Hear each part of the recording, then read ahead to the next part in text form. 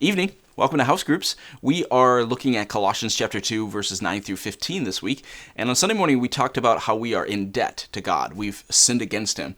And with that debt, we can't find the fulfillment that we're looking for. We can't find the power we're looking for. And we can't ultimately find the forgiveness we're looking for.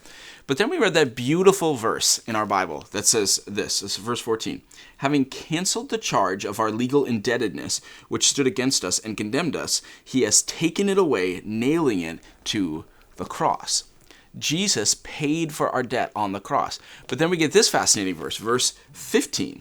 It says, and having disarmed the powers and authorities, He made a public spectacle of them, triumphing over them by the cross.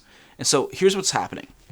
I said on Sunday that when you read powers and authorities in the Bible, that means our spiritual enemies, the devil, demons. And when Jesus was led to the cross and crucified, you know they threw the biggest party that hell has ever seen, thinking they had won the Super Bowl of spiritual battles. But through the cross and His resurrection, Jesus ends up humiliating them, making what was probably a public spectacle of them in the spiritual world.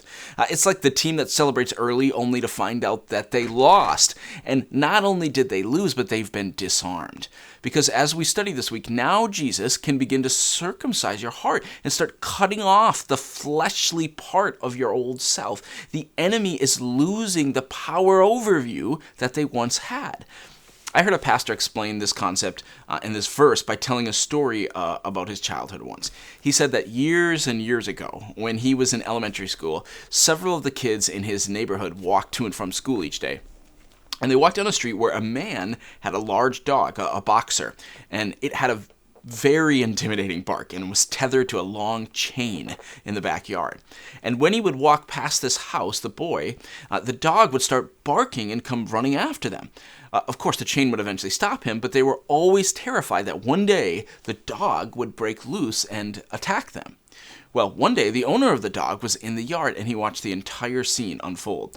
The next day, as they walked by the house, the man was once again outside, only this time he had his dog on a leash. And when he saw the kids, he began to motion for them to come over to him. They didn't know if they were in trouble or if he was going to let his dog bite them or what. But either way, they decided they were not walking over there.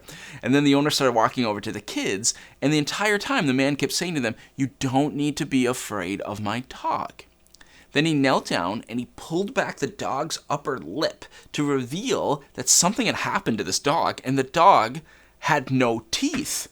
The man said, even if this dog were ever to get loose and try to bite you, it wouldn't hurt a bit. And all the kids started to laugh and decided that now that they knew the truth, they wouldn't be afraid of the dog anymore. And see, that's what the cross did to the devil. He's still real, but now that we know the truth, we can disarm his work against us. So the enemy can say, you're never going to get better. You're never going to change.